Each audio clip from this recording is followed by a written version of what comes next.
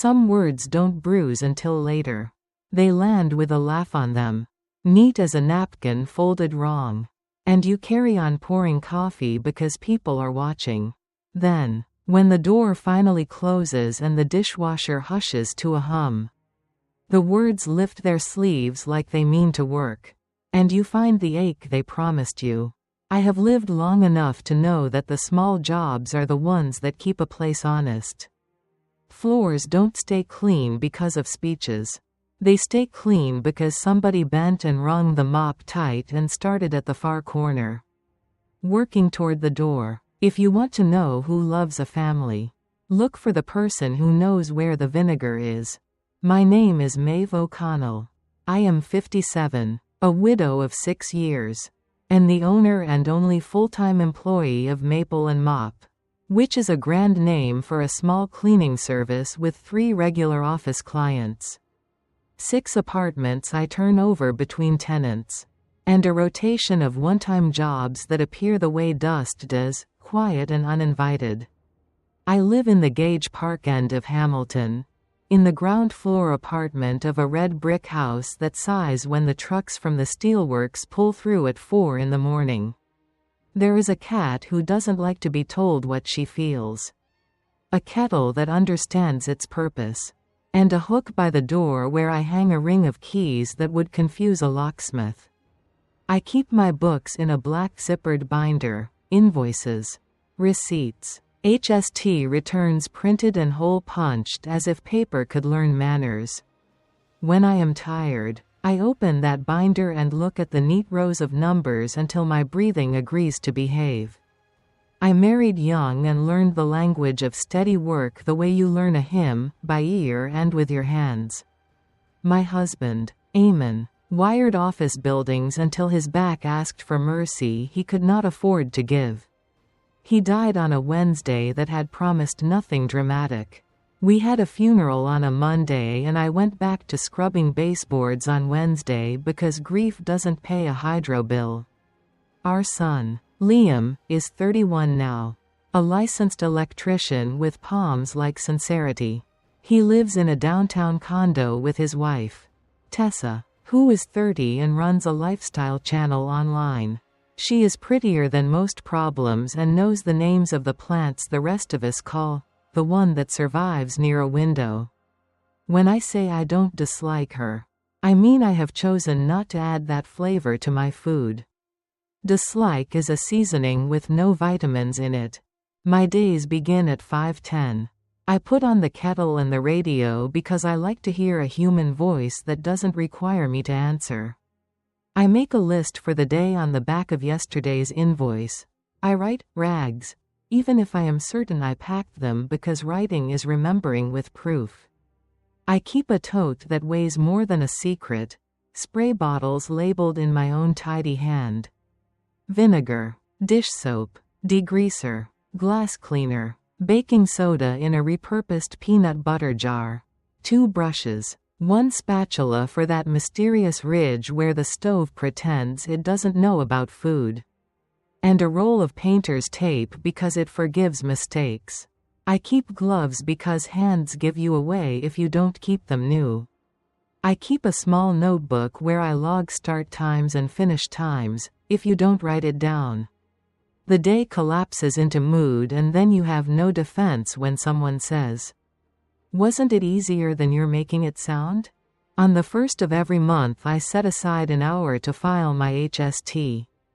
I do it in pencil first and then in the portal because the portal is a creature that behaves better if you show it a draft. I don't owe much and I don't pay late. It is a relief to discover that something is as simple as subtraction. The rest of life often refuses to be that tidy. It was a Saturday when the thing that became the beginning happened. Liam and Tessa had bought their condo, 2 bedrooms, a balcony that stares at a better view than most lives get. Amenities that make you forget you are one of 100 people in a stack. They invited family to a housewarming. They invited followers, too, which is a sentence my mouth still trips over. "We'll go live for a bit," Tessa said on the phone. Casual. Casual is a word that does more damage than bleach if you let it sit too long. I baked a pan of lemon squares because I have nothing to prove and nothing impresses a room faster than a reliable dessert. I wore my good jeans and the sweater Liam gave me on the first Christmas he earned money with his own hands. I brought a plant, a pothos, because we are not rich enough to buy flowers for a person who will forget to water them, and a cloth bag with a new set of silicone spatulas I had found on sale. I rang the buzzer and the lobby screen turned me into a person composed mostly of shadow. The condo smelled like new everything and a candle that was trying to smell like linen. There were fairy lights strung on the balcony railing like hope on sale. The kitchen island groaned under bowls of chips that had not learned about modesty. Tessa wore a dress that showed she knew her angles and Liam wore a shirt with a small pattern that Ali, my neighbor who is good at retail, calls, make an effort without scaring anybody. There were a half-dozen friends of theirs and an audience made of phones. Everyone. This is my mother-in-law, Tessa sang, smooth as a sponsored post. She put a hand on my shoulder and the camera near it. The woman who taught me the value of a clean space. I smiled because I was raised by a woman whose slap on the back of your head could reach through sermons. I held up the lemon squares. The room liked free things. The live stream wandered from the living room to the balcony to the bedrooms. People typed hearts that floated up the screen like soap bubbles that had learned fonts. Tessa walked me into the kitchen. This is the island, she said, as if we had not made our introductions. Open concept is everything. Someone asked in the comments if the marble was real. She said yes, like a person who does not pay for counters. Then she leaned toward me. Hand up like a magician ready to reveal a trick. Mum, she said, voice bright, eyes on the camera. Put the mop by the door. Okay? You're still the housekeeper. The room laughed. It was the wrong kind of laugh. It was a joke. The kind of joke that is made safe by the sentence, "Don't be so sensitive." Liam grinned without using all his teeth. My face did its work. The one where you pretend you didn't hear and the room pretends it didn't say it. And I set down the lemon squares with the care you use when you're setting down a betrayal. The live kept moving. The joke stayed. After most of the friends left and the phones had eaten and been put down to nap, I picked up plates and stacked them the way you stack dignity when you refuse to drop it. Tessa handed me a list written in tidy loops. Could you just, she said. The list said wipe counters, empty recycling, run dishwasher, sweep crumbs from balcony, take out trash. It's so much easier for you, she said. You know what clean is. Liam moved to take the bag from my hand. Then stopped because there are some wars men do not fight at a kitchen island. Mum doesn't have to, he added gently, like a man who has slept beside a hurricane and respects weather. Oh, but she loves helping, Tessa said. She's good at it. It's her thing. You can be insulted and useful at the same time. I have done it for years. I started the dishwasher. I wiped the counters with the cloth I had used at more beginnings than this. The cloth is honest, you wet it. You wring it. You fold it in half and then in half again. You present a clean edge to the world and make your circles. You do not write speeches on it. You make a surface the day can bear. While I straightened the cutlery drawer, I saw a corner of paper stowed under the tea towels because people think drawers will hide things that were sent to the house to be seen. I didn't reach for it then. I know better than to snoop when I am this angry. But when I took the recycling down the hall, I saw a notice board near the mailroom with a flyer from the condo board. Short-term rentals are prohibited by bylaw.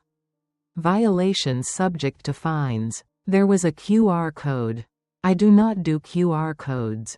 I took a photograph with my old phone so that I could find the words when I had a room to read them in.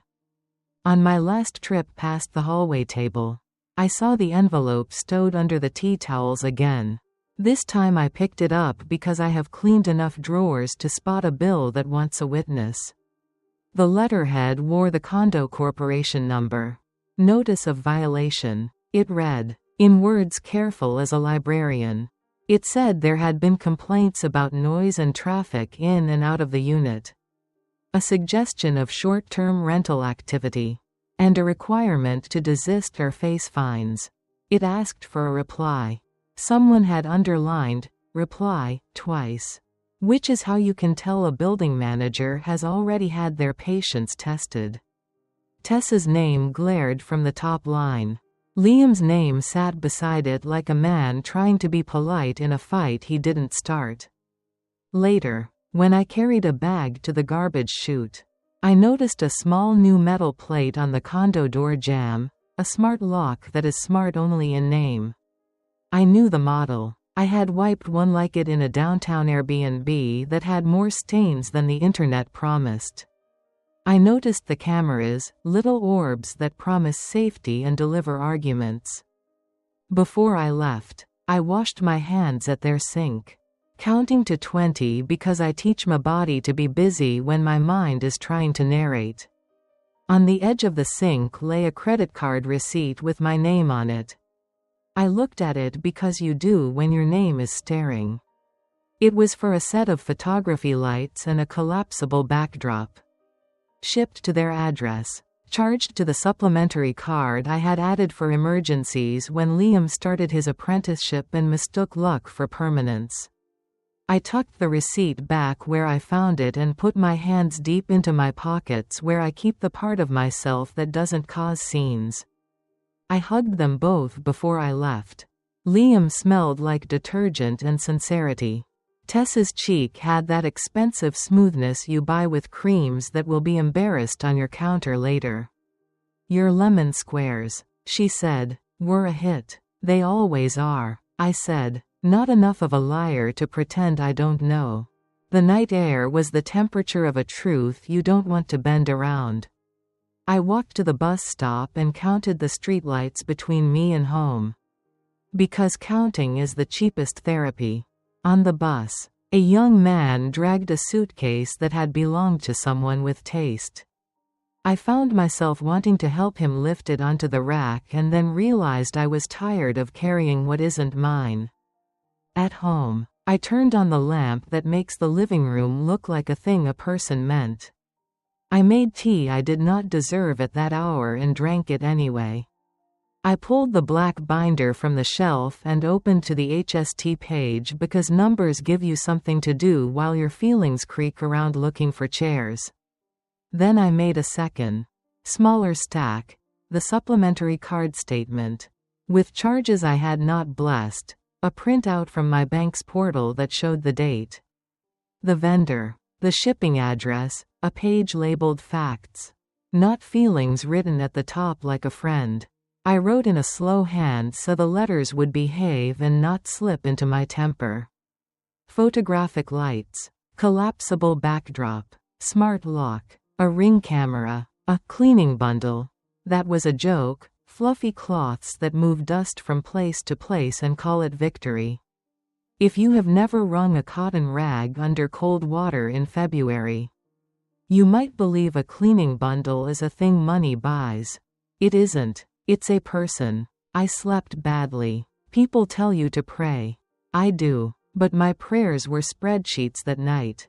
In the morning, the cat had butted me for dignity and I gave it to her. I made oatmeal because chewing a thing that requires patience can keep you from writing a letter you will regret. I put the statement and my notes into a red folder I had meant to save for taxes. I printed the photograph of the condo board flyer. I printed the photograph I had taken of the notice. I logged into Tessa's channel because I am the kind of woman who can figure out anything if you give me enough buttons to press. And there it was. A video labeled, Tiny Luxury, How to Host the Perfect City Stay. Filmed at the condo, my son's cups and plates starring as props, and a little graphic in the corner, cleaned by Maple and Mop. My business's name and logo. pasted as if she had paid for my hours with exposure. I stood up from the chair like I had been pushed. At 9 I called Liam. He answered on the third ring in the voice of a man holding pliers and a life together. I told him gently what I had seen, what I had found, what I had paid for without choosing. His sigh taught me everything I needed to know about who had chosen what. I didn't know about the card, he said. He meant he had not looked at the statements. We thought the unit rules were flexible. He tried. They are not. Condo bylaws are like recipes, if you change them. You owe everyone dinner. I'll talk to her, he said, as if I were the one who required rehearsal. Don't talk to her about it, I said, surprising myself. Write to her. Then print it and tape it to the back of your head so the next time a pretty plan bats its eyelashes you remember you are not a doorman. He laughed like a man who wished I were wrong. Tessa texted soon after. So weird you're making a fuss when it helps your brand. 2. People know you now. I stared at the screen as if it had accused me of stealing a horizon. Then I typed the sentence that keeps my blood pressure reasonable. We do not discuss private matters in public forums. Please remove my logo from your content and send me a list of charges you put on my card. I will expect repayment. She replied with a hand heart and the words, love you, which did not land like love. Then the dots, which I have learned to dread. Also, could you come by tomorrow and help stage the bathroom? You know how to make grout look expensive. The day's jobs did not cancel themselves because my feelings had found a hobby. I cleaned a dentist's office where the waiting room chairs have taught themselves to be patient. Then 2 apartments where landlords act like dust is a character flaw. I wrote times in my little book because you can lose your memory if you let a person erase your name. I came home and opened the red folder and added to it a copy of my business registration, my HST number, my liability insurance declarations page, and a printout of a cease and desist letter template from a website I should not have found so satisfying. I did not send it yet. I wanted to wait until my temper had stopped pretending to be wisdom. I am not a person who loves meetings. I prefer a floor and a task and a promise the day can keep. But some things require the room size of a meeting. I went to the condo corporation's site and found the date for the AGM. It was in 3 weeks. You could register to speak under owner concerns. It wasn't my building, but the owner of the unit is my son. And the board wants facts more than drama. I filled in the form and wrote a tidy note. Owner's mother wishes to speak to a matter of short-term rental compliance affecting Unit XXX. Documents attached. I attached nothing yet. You do not feed a room until it asks for lunch. In the meantime, I found my nicer notebook, the one with the hardcover you save for the first day of school even if school is over, and I made 2 lists. One said sacrifices. It is unromantic to write that word down. It is necessary. I wrote, sold Eamon's truck to pay line of credit when winter was rude, took the late shift at the office tower so Liam could finish his apprenticeship, paid off Liam's dental bill because even grown men deserve to chew, lent Tessa a deposit during a delay in sponsor payments that turned out to be a disagreement between vocabulary and reality. I didn't write the meals or the rides or the mending. Mothers do not get paid for mending. The second list said rules. It was shorter because rules should be. It said, do not use my name without permission. Do not use my card without permission. Do not put my name beside a thing that breaks a bylaw. Do not invite me to your trouble by asking me to sweep up after it. I put both lists in the red folder and slept better than I had on Saturday. When I woke on Wednesday, there were 3 emails from Tessa and 1 brave one from Liam. Tessa's were variations on a theme. You're making this about you, and everyone does short-term rentals. The board is slow, and "We should collaborate because our brands align." Liam said, "I'm sorry, Mum. I should have watched the card. I'll fix it." He had attached a photograph of the violation letter with the note. "We'll pay the fine." A different man might have said, "We," into his phone. I wrote back with instructions that read like a recipe. Call the bank. Cancel the supplementary card. Call the insurer and ask them to confirm in writing that your policy does not cover commercial activity. Write the board a reply and promise to stop. Take the smart lock down before Friday. He wrote back, "Okay," and I believed him until the part of me that knows better put a hand on my shoulder and squeezed. That afternoon, while I ate a cheese sandwich that had resigned itself to being ordinary, I opened Tessa's channel again. A new video had gone up, housewarming tour. I watched myself in the corner of a frame, passing behind them with the lemon squares. There was a caption, "Mom-in-law is a pro, maple and mop partners with us." Partners. I cleaned the table with the same cloth I always use because fury should not get into your rags. Then I opened a document and wrote the letter I would send if the weather in my life did not change. Cease using my logo. Remove all references. Repay charges by the 1st of next month. Any collaboration must be under contract. Failure to comply will result in small claims action. I set the letter in the folder and let the paper cool my hands. Someone will ask why I did not drive to the condo and shout. Someone who has not had to keep a job will ask why I didn't throw the lemon squares into the sink and tell God to mind his own. It is not nobility that kept me from that. It is knowledge. The kind that settles in a body after years of realizing that the louder person wins the room but loses the record. I mean to win the record. That week, 2 more cleaning jobs appeared because the universe has a sense of humor and a schedule.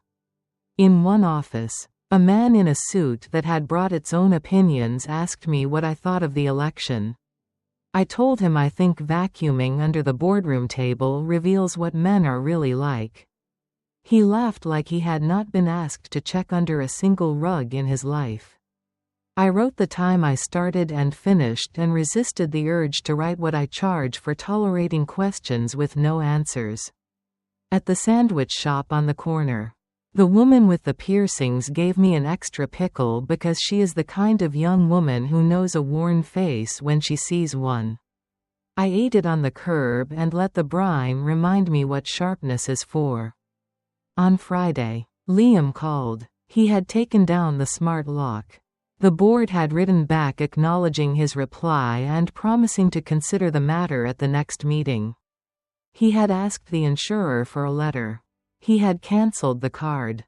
"I'm sorry," he said, again, because sometimes a man's job is to say it until it lands. "I know," I said. "I cannot forgive him for something he didn't mean to do. I can, however, stop pretending his intentions are coupons. They are not redeemable at the desk where fines are paid." On Sunday, I went to the early Mass because it clears the day of dust. The priest talked about prudence like it was a tool anyone keeps in the top drawer. I threw $5 into the basket and thought about the way money can be prayer if you let it. After, I went to the church basement and helped set out mugs for the after-service tea. Because hands that have learned work do not like to be left without a list on a day off. Someone asked about Liam. I said he is well, and I meant it because you can measure a person by how quickly they take down a lock they regret learning how to install. Someone else asked about Tessa's videos. I said, "She's very modern." Which is a sentence that looks like praise if you don't ask it to put on shoes. In the afternoon, I sat at my little table with the red folder open like a mouth ready to tell the truth. I added tabs because tabs make me feel like a person who won't get lost. Bank. Insurance. Bylaws. HST. Logo. AGM. Under logo I tucked a screenshot of the video where my business had been turned into a partner I had never met. Under bank I put the cancellation confirmation. Under insurance I put the email from Liam with the policy number. Under bylaws I put the condo flyer and the notice. Under AGM I put a note to myself. Bring only what you can prove. Dress like paper. Speak like a person who loves the mop more than the microphone. By evening, the kettle had boiled twice more than a doctor would approve. I made a stew because chopping carrots can turn rage into skill. I packed a portion for Ally upstairs because she had left a bag of onions on my doorstep last week with a note that said, "For winter." And that is a friendship I will not take lightly. I put the red folder on the shelf so the cat would not decide to make a bed of my evidence. You would think sleep would reward me for being reasonable. It didn't. I dreamed of elevators and rooms with no corners and lists that kept losing their numbers. I woke early again and went to the laundry room in the basement because machines do not ask you to defend yourself.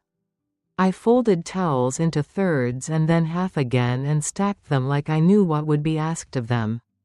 On the way up, a neighbor asked if I had heard that someone on the second floor was running a party business out of their unit. I shook my head because there is no way to explain a story like mine without giving away somebody else's dignity. The board will sort it, I said, and hoped my face looked like faith. A week later, a large white envelope arrived for me. It contained a notice that the condo AGM would be held in 2 weeks in the multi-purpose room. That owners could submit concerns in writing or speak for 2 minutes. That microphones would be available and patience would be encouraged but not infinite. I held the paper the way you hold a baby that isn't yours and needs to be moved without waking. 2 minutes, I said aloud to the cat. She blinked, which is her way of saying she has kept more vows than me. Between then and the meeting, I gathered the last things. I printed the draft cease and desist on my own letterhead, white paper. Black ink, my business name, my address, my determination. I reordered my invoices in their plastic sleeves so that all the dates lined up like men in a parade. I bought a new ballpoint pen because there is nothing worse than a sentence that stutters. I cleaned my bathroom, which has nothing to do with the AGM and everything to do with the kind of person I intend to be when I put my hand on the mic. The sort who leaves a room better than she found it. On the morning of the AGM, I measured time by the sound of my own breath. I worked 2 small jobs, bathrooms, kitchens, fingerprints that thought walls were allowed to hold them, and I spoke to myself in the voice I use with stains that only think they are stubborn. It will lift, I said. It will lift. I printed my speaking notes, a list of facts with small square boxes beside them so my eyes would know where to land. I put a lemon square in a napkin because I am not above bribing myself into standing up. At 6, I locked my door, put the red folder into a tote bag, and walked to the bus with the particular straightness of back a woman earns when she has been mistaken for furniture. The driver nodded at me like we were comrades. At the condo lobby, the concierge asked me to sign in. "Owner?" he said. "Mother of owner," I replied. He gave me a sticker that said guest and I put it on my sweater because I have learned that labels are not always insults. Sometimes they are instructions for a night. When the doors opened and the residents filtered in, I found a chair near the side so I could see the microphone without needing to meet its eye. People murmured. There is a sound that rooms make when they are about to watch someone become a person. It isn't cheering. It is listening, which is a more serious thing. My 2 minutes sat on my lap, written in my hand, and did what I asked words to do tonight, wait their turn. Between now and that moment, I am the woman I always am, the one who keeps receipts and speaks last. I took out my pen and drew a small square beside the first line of my list. I filled it in because it felt like progress. The building manager cleared his throat. The board chair smiled with the care of a woman who has had to remind grown people about garbage chutes. The microphone blinked its little red light like a promise. My hands did not shake. I had brought paper. What I am going to say will not sound loud. It will sound like a mop wrung tight and a line drawn where a floor meets a wall. But everybody in that room will hear it because walls respect a person who respects them first. And when I am done, I will go home, wash my hands for 20 seconds, feed the cat, and add a new tab to the red folder. Resolution. Not revenge. Not even victory. Resolution. A thing that dissolves if you stir it, disappears into the water, and leaves it cleaner. Some rooms don't get quiet, they settle. The air stops arguing with itself. The plastic chairs sigh into their hinges. And even the fluorescent lights grow tired of being noticed. I have always trusted that kind of quiet more than applause. It is the sound a kitchen makes when the last plate is dried and the towel is hung. It is the sound a hallway keeps when you have said what needed saying and are waiting. Not for drama, but for minutes to be written. If you listen close, you can hear a life picking up its tools again. They called the condo meeting to order with a wooden gavel that had never met a courtroom but liked to pretend. The board chair. A woman with a teacher's patience and the haircut that goes with it. Read the housekeeping. Housekeeping. How that word has to do acrobatics depending on who is holding the mic. No food except water. Questions after each section. 2 minutes per speaker. Keep comments respectful. I imagined the sign in my head. The one I've kept since I started Maple and Mop. Clean up your own mess. If not you, then whom? If not now, then when? I had written my 2 minutes in block letters on a page big enough for a tired eye to land without tripping. I don't trust righteous speeches. I trust facts. The red folder sat on my lap, warm against my skirt like a sleeping cat. People settled. Someone coughed. Someone whispered about parking. The board worked steadily through budgets and roof maintenance and a man whose dog had opinions about carpet. Then came short-term rental compliance. Which is legal for? Are we running a hotel without admitting it? The building manager cleared his throat in the tone of a man who preferred pipes and drains to feelings. He listed the rules. No short-term rentals. No advertising. No locks that turn a home into a lobby. He said there had been violations. He said fines had been issued. He asked those involved to come speak to the board privately after adjournment. I stood. You may speak, the chair said, like an old prayer. I walked to the microphone and set the red folder on the table the way you set a pot on a stove, squarely. With purpose. Without apology. My name is Maeve O'Connell. I said, mother of an owner of Unit 315. I own Maple and Mop. I clean things. I am here to respect your rules. A murmur moved through like a thread being pulled. I did not turn. I opened the folder and took out photographs, screen captures. The violation letter. The warning flyer from the lobby. I propped them against a small vase of plastic flowers that had been put on the table to convince the room it was friendly. This is the listing that appeared on a public site. I said, this is the video tour filmed inside. This is the smart lock installed without approval. This, I lifted the letter, is the notice sent to the unit. I am not asking you to punish my family. I am asking you to protect the building. Which is a kind of family even when it would rather not be. I kept to my 2 minutes like a promise made under a roof you don't own. I didn't name Tessa. I didn't catalog insults. I didn't bring the lemon squares into it. Though the memory of them shook my hand once. I read the lines I had practiced, the bylaw. The insurance exclusion for commercial activity. The difference between a guest and a customer. I am not here to fight. I ended. I am here to put the facts on a table that knows what to do with them." The chair thanked me in a voice that has held many children's tempers and not many of her own. "We will take your documentation," she said, "and we will respond in writing." A man in the third row clapped twice before remembering he was in public. I took my folder and returned to my chair. Heart beating the way a washer does when it's out of balance, too much load on one side. I breathed, slowly, like a mop wrung right. After adjournment, the building manager asked me to wait with the owners cited.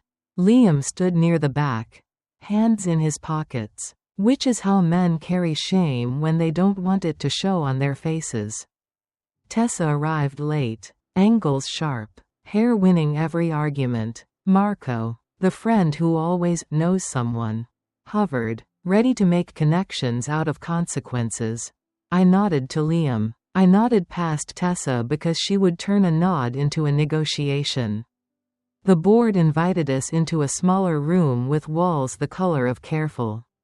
They asked for our names again. They spoke in paragraphs that had seen lawyers before. It was civil. Civility can be a clean blade. Liam took responsibility in the voice he uses when he knows a circuit and a mistake in the same breath.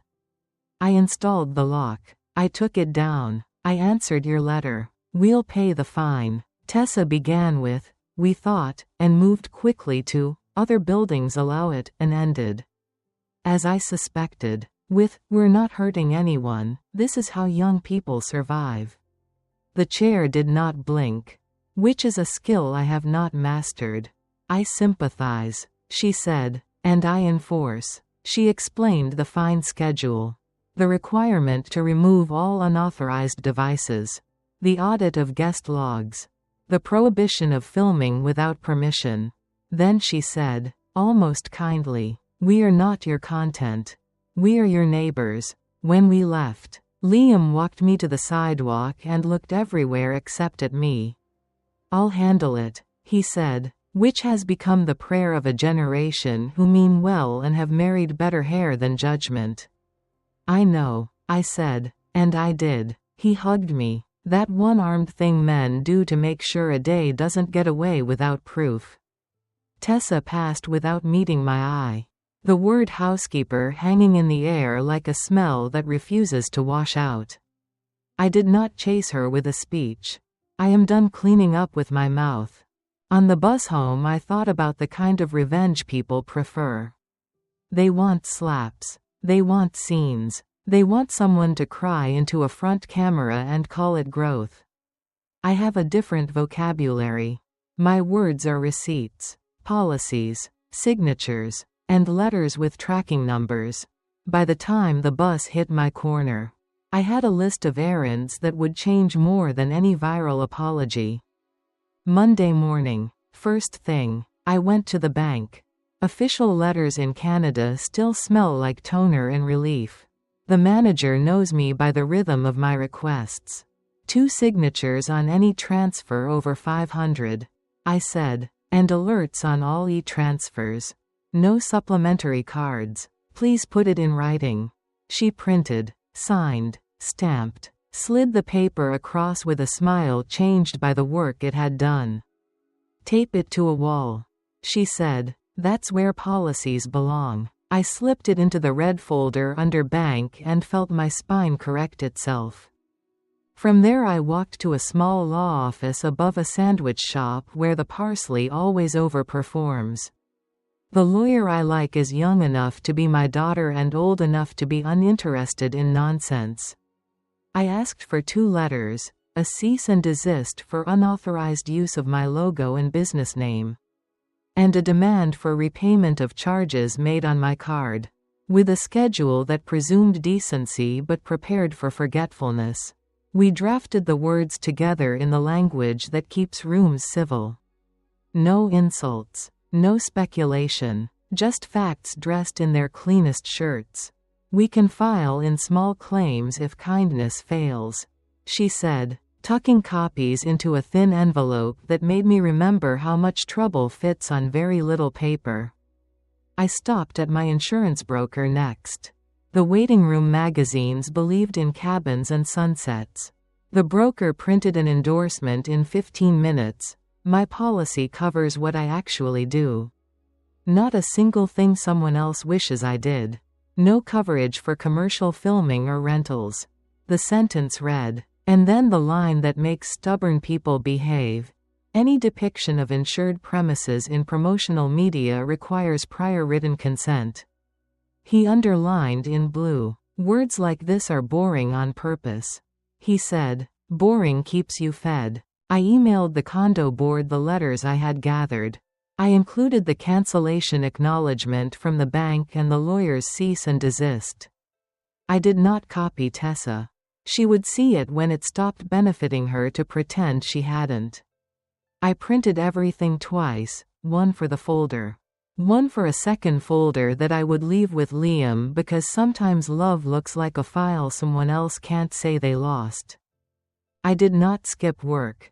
I will say that again because it matters more than whatever the internet thinks it wants from you. I did not skip work. I cleaned a small industrial kitchen that apologizes for itself every time you turn the hose on. I scrubbed a grout line that would have preferred to be an alleyway. I took my break on the back steps where the delivery drivers pretend the rest of the world has nothing to do with them. And I ate a ham sandwich that knew how to keep a person going. I wrote my start and stop times like a woman giving herself a record even when no one else will. By late afternoon, the letters had turned into replies. The hosting platform took down the video that used my logo with an apology that read like a boilerplate that had done good work before. The broker emailed back, agreeing to send a copy of the endorsement to the condo board directly. The law office messaged to say the cease and desist had been delivered to Tessa's inbox and to her home. Tracked. I did not check Tessa's channel.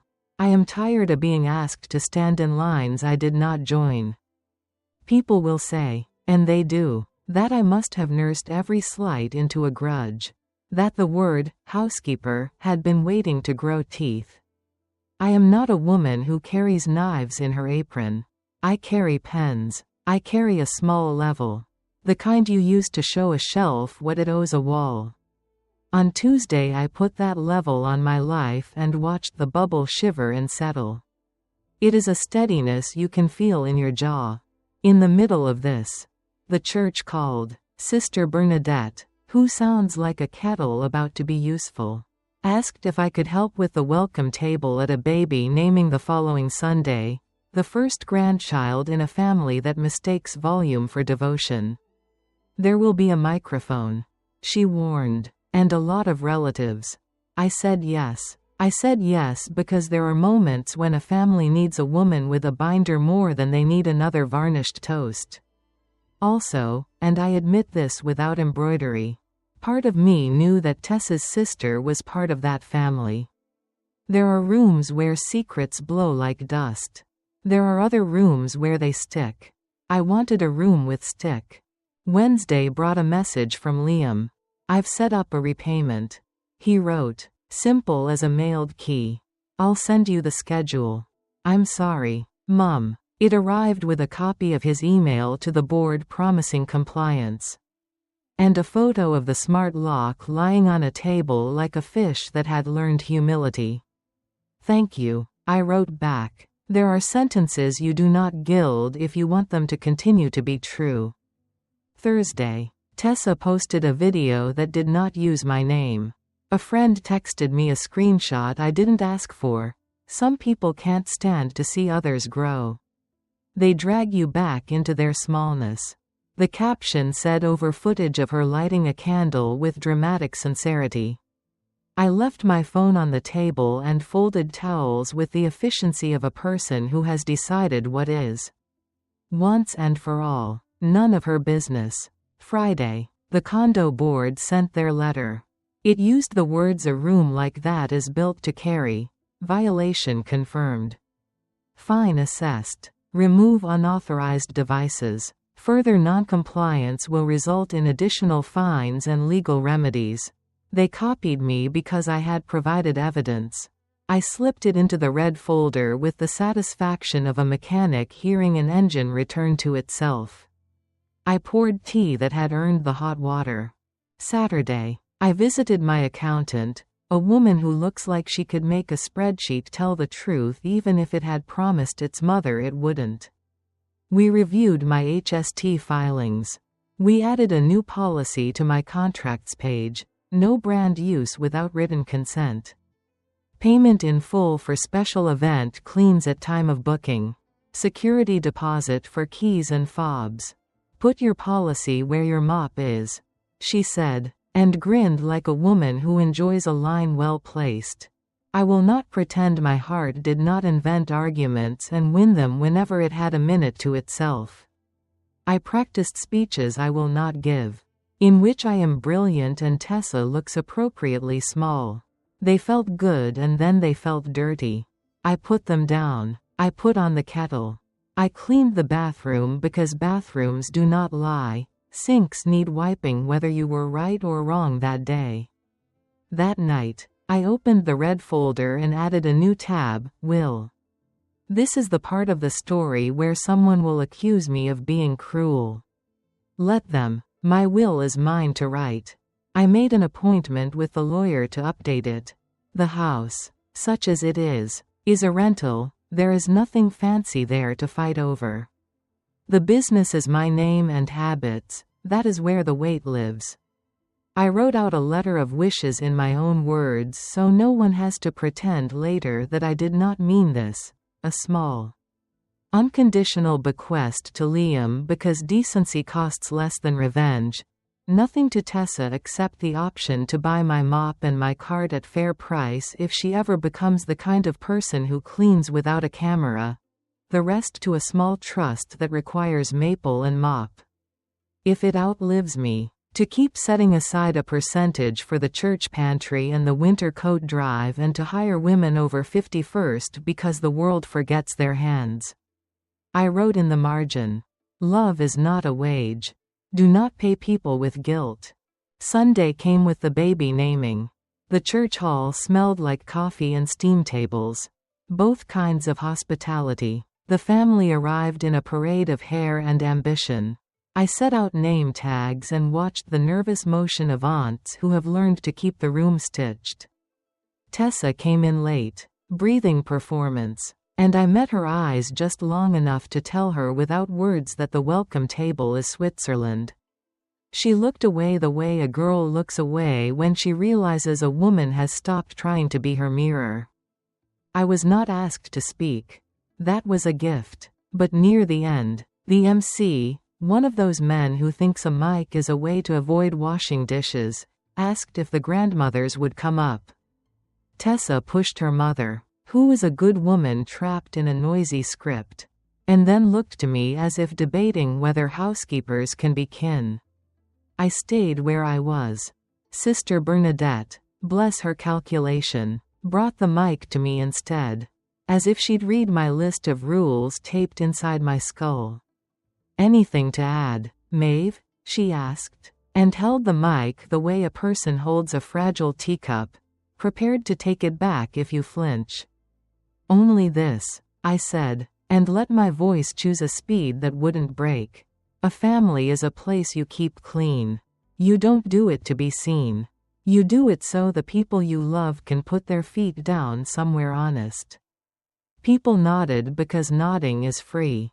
I put the napkin with the lemon square on the table and went back to stacking paper plates in piles that wouldn't tumble. Tessa made a face at the camera like she was practicing humility for an audition. I kept my eyes on the plates. If you watch the camera owns the room. When the hall emptied to a low hum, I carried a bag of recycling to the bins behind the church. The alley smelled like rain and hot asphalt. Liam found me there. He looked older than 31. Which is the price a fine schedule exacts. We'll make it right, he said, and I believed the we for the first time in weeks. I know, I said. Send me your first transfer Monday. Don't make a speech about it. He grinned the grin of a boy who once believed speeches could replace work. Yes, Mum. He put the bag into the bin like a man returning a borrowed weight. There is a part of me that wants apology more than money. Performance more than policy. That part will not be fed. I walked home with the cat food I'd forgotten to buy earlier and the light of a day that had not embarrassed me. At my table, I updated the checklist in the red folder. Bank letter, filed. Insurance endorsement, filed. Condo decision, filed. Cease and desist, sent. Repayment plan, scheduled. Will appointment, booked for Tuesday. Contract policy, posted. I wrote a new line at the bottom. Practice being quiet when people want noise. I am not good at that yet. I am learning. I did not sleep badly that night. I slept like a woman who had wrung the mop tight. Started at the far corner. And worked her way to the door. The carpet of my life will stain again. That is what rooms do. I have the tools I need. There is one more thing to do before this story finishes the way it wants to. The condo board will send their formal notice to every resident. Not naming names, but naming the rule so clearly that even ambition will have to sit down. And I have one more letter to read out loud. Not at a party and not on a video. But at a council night where people argue over whether the fall bazaar needs more tables. I will bring the red folder. I will bring the will. I will bring the sentence I have promised myself to say once and then never again. I was called a housekeeper. And I am. I keep a house. I keep it with rules. I keep it with love. I keep it with a mop that doesn't know my feelings and papers that do. Next time, in the room that has seen more casseroles than confessions, I will show the rule I made for myself and the condition I tied to generosity so I can sleep. I will not raise my voice. I will raise my hand to swear that what I'm about to read is true. And when I'm done, I will set the kettle and cut a lemon square. One for you and one for me. Because sweet is not a betrayal if you've done your work first. Some storms put on a show. Others do their work at the level of hinges and seams. A draft that finds the place you always meant to caulk. A drip that picks a corner and patiently wins. If you live long enough with mops and lists, you learn to respect the small kind. Big weather makes headlines. Quiet weather lasts. The end of this story arrived that way, through paper and patience. Through a meeting in a church hall that smelled like coffee and floor wax. Through a letter that made a day behave. If you were expecting doors to slam and voices to crack, I am sorry to disappoint you. I have learned that breaking a room takes seconds and rebuilding it takes seasons. I mean to be a woman for seasons. The condo board's formal notice went out on a Wednesday. It was not a spectacle. A PDF posted to the resident portal. A sheet of paper slid under doors in the units that had asked for paper over portals. A tidy email to owners with the subject line, "Short-term rental compliance, reminder and enforcement." The letter did what letters should. It named realities without gossip. It listed the bylaw again. Translated the fine schedule into plain numbers. Reminded residents that unauthorized locks turn homes into lobbies and would be removed at the owner's expense. And offered one small mercy in the final paragraph: if financial hardship makes the fine a burden, please contact the office to arrange a schedule. I read that line twice and thought, not for the first time this year, that the right kind of kindness is administrative. If you can write it down, you can keep it. Liam forwarded me the notice an hour after it posted. The way a man forwards weather to a woman who has already hung the wash inside. "We're paying Friday," he wrote. He attached a screenshot of the first e-transfer in our repayment plan, the amount we'd agreed on. The memo line that said, "Card charges repayment 1/10." I didn't print the transfer because there are limits to how many trees one woman should turn into proof. But I did write 1/10 received in my notebook and underlined it once.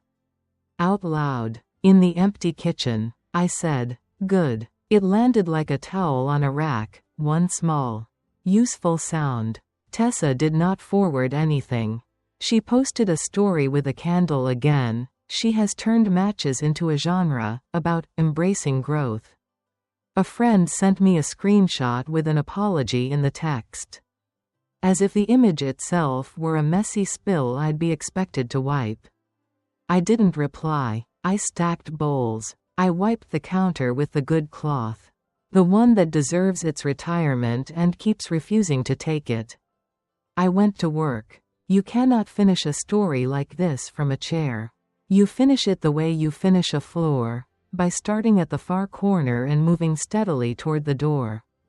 The morning after the notice, I cleaned in a dentist's office where the textbooks on the shelf boast at a level only molars appreciate. I wiped the kid fingerprints off the fish tank and did not resent the small mess left by children unafraid of living. I took my break on the back step, listening to delivery trucks confess their schedules, and I made notes for the church council night on a napkin that had survived the war against a muffin. I wrote, in the same square hand that has soothed me before, 2 minutes. Policy. Will. Trust. No names. No drama. No exceptions. Then I tucked the napkin into my pocket and went back to making a room that could be trusted by people who hadn't earned it. When you put the world back together using habits and paper, the consequences for other people arrive on their own time. The sponsor who had once encouraged Tessa's hosting sent a curt email to the address listed on her channel, as per building policy. Events and short-term rentals are prohibited. We cannot partner where risk is unmanaged. Wishing you the best. I know this because Liam showed it to me on his phone. Standing in my kitchen with his mouth set to the shape you get when a storm wins and leaves you your porch. I told her not to film here anymore. He said, anywhere. He didn't ask me to congratulate him. He turned the phone over so the screen couldn't invent any more news and he asked for tea. I made it. He drank it in the slow way of a man retraining his nervous system to stay. When he left, he took the second copy of the red folder, the one I made for him, and a Tupperware of stew. Men think they are carrying the folder for their mother. They are carrying it for their future selves. Stew is just my way of making that argument edible. If this were someone else's channel, and not the life of an ordinary woman who knows where the vinegar is. This is where there would be a dramatic call out. Where I would appear in good lighting and gentle makeup and offer a speech that tastes like repentance but has more sugar than substance. I will not be doing that. I have made too many beds to pretend the sheet of truth can be replaced by a throw pillow. What I did instead was take my seat at the end of a row of folding chairs in the church hall on council night and stack my red folder beside the coffee urn like a sacristy of common sense. The council night is a ritual older than most of the fights it contains. Tables along one wall with sign-up sheets for the fall bazaar. The winter coat drive. The pantry schedule. A card table with pens that will leak on your good blouse if you test them wrong. Sister Bernadette with a clipboard and a smile that can shut down a riot. The agenda on photocopy. Minutes to approve. Treasurer's report. Bazaar table rental fees. Choir robes laundering schedule, my department. And, new business. I dislike that phrase. It behaves like a hallway where any argument could jump out of a doorway. I worked my way through a paper cup of church coffee and said hello to the edges of people, their coats. Their good shoes. Their jokes about parking, because greetings are the oil in the machine. We moved through the agenda the way a responsible kitchen moves through prep, no flourishes. Just hands that know their orders. When new business arrived, I stood. Bernadette gave me the small nod reserved for women who have never made her regret a nod.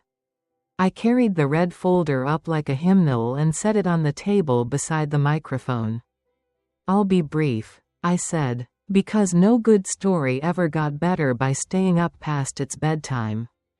2 items. 1 you can sip. 1 you can file. A few chuckles at that. Because the room knows me and my relationship with filing. I took out a laminated sheet, the house policy I had written for myself 2 weeks back, and printed "No" without apology. Item 1, I said, and held it so the nearest eyes could take it in while the back row caught on. Maple and Mop, policy for partnerships. No one uses my name or logo without a signed agreement. Payment in full before any special event. Clean. Security deposit for keys and fobs. Insurance proof required if anyone points a camera at a place I clean. This isn't about being grand. It's about making sure the people who rely on me aren't side-swiped by somebody else's content. A few nods from the women who run the rummage table like a war. A whisper that sounded like, "Finally." I slid the policy onto the stack of forms for volunteers. Bernadette said, "We'll post a copy by the pantry door." Which is the church equivalent of a legal gazette. Item 2, I said, and opened the folder to the tab I'd labeled "Will" in letters that don't shake anymore. I did not bring the will.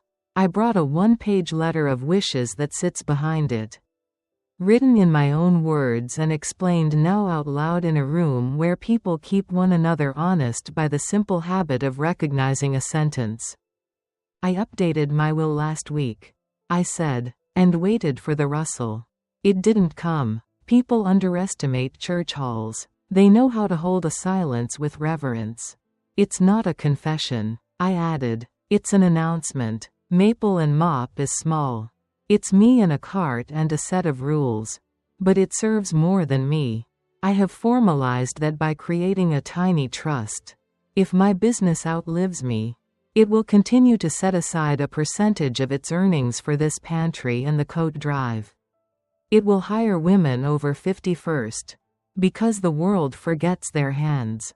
It will not partner with anyone who can't respect a contract. It will not be used, after I am gone, as a prop for anyone else's idea of a story. And, this matters to me, what I leave behind goes first to the work and only then to the people. No fidgeting. A cough removed itself discreetly from someone's throat. A shuffle of papers as the treasurer underlined a number she intended to ask me about privately later. I tell you this here, I went on, because you are the people who would feel it if I had left it messy. I won't. If you want a copy of the policy for your ministry, take one. If you want to talk about how to set up a system like this for your own work, I'll sit with you after. If you want drama, I'll be disappointing you for the rest of my life. I didn't give the details that would turn this into a show, the names, the insults, the receipts. I didn't hint. I didn't shame. I kept to my 2 items and then I returned to my chair and wrote a note next to choir robes. Bleach test strips low. After the meeting, people drifted like crumbs toward a plate. The treasurer asked if an earmarked gift could be ring-fenced for the pantry so it wouldn't be borrowed by the bazaar when the hall chairs needed new feet. We talked for 5 minutes about buckets and integrity and wrote on her agenda in pencil so we remembered who meant what later. A young man who cleans snow for money in winter asked if I would look over his invoice template. He used the word, "ma'am," in the way that can either bruise or bless. Tonight it blessed. Sister Bernadette hugged me and whispered, "You were kind and you were clear." Which is as close to applause as any nun should ever get. On the walk home the air took a breath that sounded like fall. Leaves threw last light at me and I thought about how gradual ending is when you allow it to be. I opened my own door, which has always been polite, and the cat greeted me with her usual short list of demands. I fed her. I took my shoes off where they belong. I pulled the red folder from my bag and put it on the shelf where my eye can rest on it if the evening starts to fidget. 2 days later, a heavy envelope arrived at Liam's address. He brought it over at night, his mouth ready to be punished. The condo board's letter. Fine amount. Due date. Notation of compliance steps completed. And the last paragraph we hoped for, upon timely payment and removal of devices. No further action will be taken. He handed me the letter like a boy handing over a report card he can't improve. I'm sorry, he said again, and this time I believed it the way you believe a kneecap, in the structure. Not the sound. I know, I said. Sit down. He did. I gave him stew. He ate as if he found out gratitude has calories. Tessa sent one email through the lawyer. Short, almost businesslike. I have removed the logo. I dispute that charges were unauthorized but will not contest repayment if Liam chooses to do so. I will not participate in any further discussion. I read it twice for traps. It held none. It held, impressively, no apology either. I replied through the lawyer with 3 lines, removal noted. Repayment schedule acknowledged. No further discussion necessary. It felt good to be an adult without announcing it. There is a particular stillness that follows the week after everyone has agreed. Even silently. To stop behaving like they are the only person in the room. I used that stillness the way I use a Sunday, to finish chores. To consider the next thing. To make one small excellence on purpose. I rewrote my service agreement for Maple and Mop. Plain English and living margins. I bought stick-on pockets for the inside of the red folder so that loose papers wouldn't audition for escape. I taught Emma, the woman who sorts coats at the drive and has hands that want to work more than worry, how to check bleach with a strip and add the result to a log. I spent the afternoon showing her the 1,000 tiny decisions that keep a place honest. Label facing out. Sponges dried upright like soldiers. Toilets wiped in the order that prevents you from touching one thing after you've touched another. The way to fold a cloth so each pass gives you a clean square. She cried a little when I offered her an extra shift.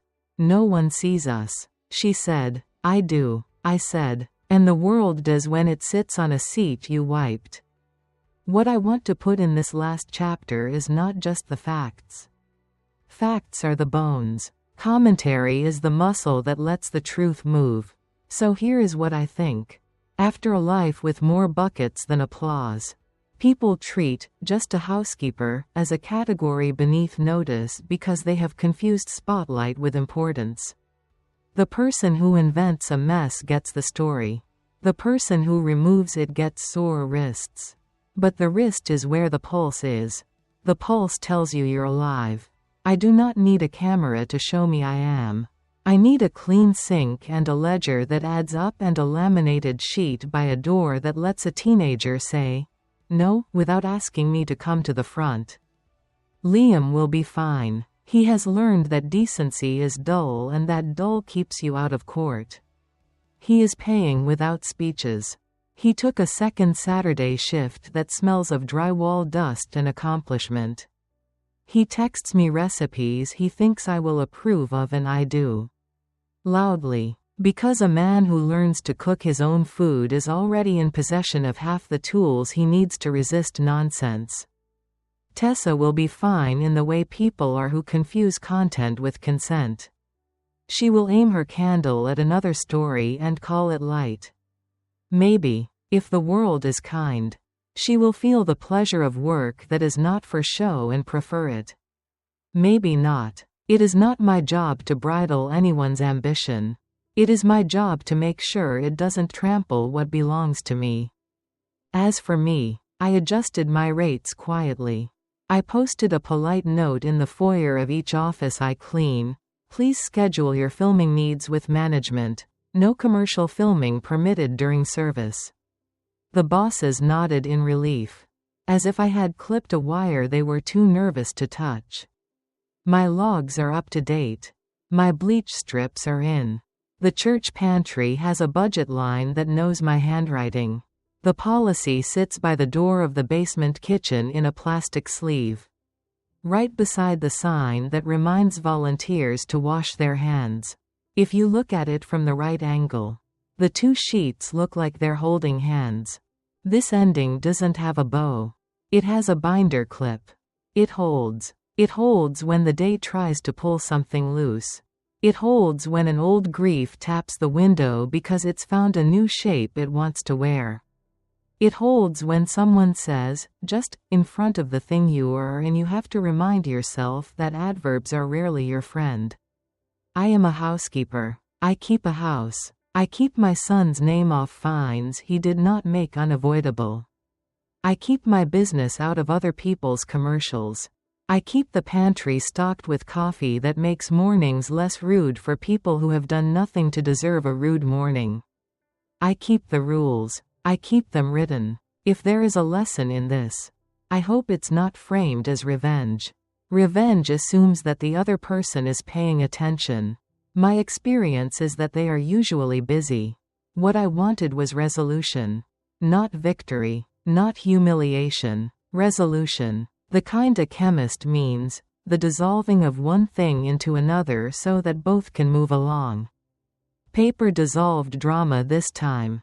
Policy dissolved temptation. Payment dissolved the residue of a charge that should never have landed. My will, the document and the noun, dissolved the idea that love owes a person access to the work that feeds others. The room is quiet now. Not because it is empty, but because we put everything that made noise into a drawer marked, to be handled, and then we handled it. If you have walked with me this far, through the condo boardroom, past the church hall, into my kitchen where a red folder sits like a spine, thank you. If this steadied you the way a good counter does, I'd be grateful if you like this story. If you want more quiet, stubborn tales from a mother who keeps rooms honest with policies and elbow grease, please subscribe and comment. I truly want to hear from you. Have you ever been called just something and had to write a rule to remind yourself who you are? What did your sign say? Where did you post it? If any of this rang true, share it with someone who thinks a camera is louder than a contract. There will be another story when the coats come in and the first snow insists on being tracked across a clean floor. I'll be here. Mop wrung tight. Pen uncapped. Kettle beginning to sing.